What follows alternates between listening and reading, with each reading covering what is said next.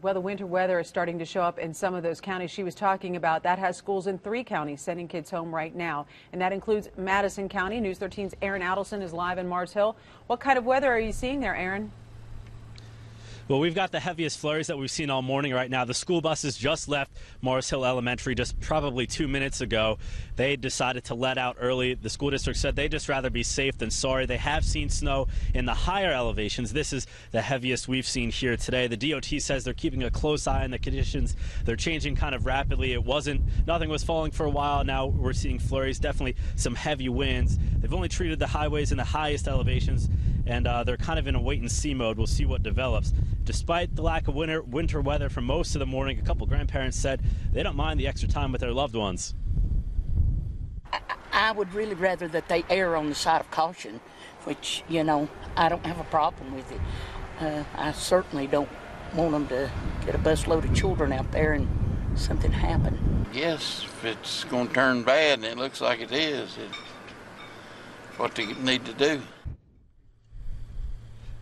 And those grandparents say better safe than sorry. Again, flurrying, the heaviest we've seen here this morning in Mars Hill. And we will have an update on the conditions throughout the day. Live in Madison County, Aaron Adelson, News 13. The earliest flurries had Yancey, Mitchell, and Avery County schools dismissing at noon. And kids in Madison County went home at that time as well. News 13's Aaron Adelson is live in Mars Hill right now. And what kind of weather are you seeing? It looks like it's snowing a little bit more than we last talked. Yeah, the flurries have maybe transformed into snow here. These have been falling for about an hour. The winds died down slightly, but definitely more snow here, and there comes the wind. An empty parking lot here, a couple buses behind me, but all the school buses left, not knowing what the road conditions could be like in 2 to 3 hours. The school district said they'd just rather be safe, so they sent everyone home. And at noon, the buses pulled away before those conditions could worsen. DOT says they're keeping a close eye on conditions. As of now, they've only treated highways in the highest of elevations with sporadic flurries. During the morning, they were in wait-and-see mode, and some grandparents with the early dismissal weren't too mad about spending time with their loved ones. I would really rather that they err on the side of caution, which, you know, I don't have a problem with it.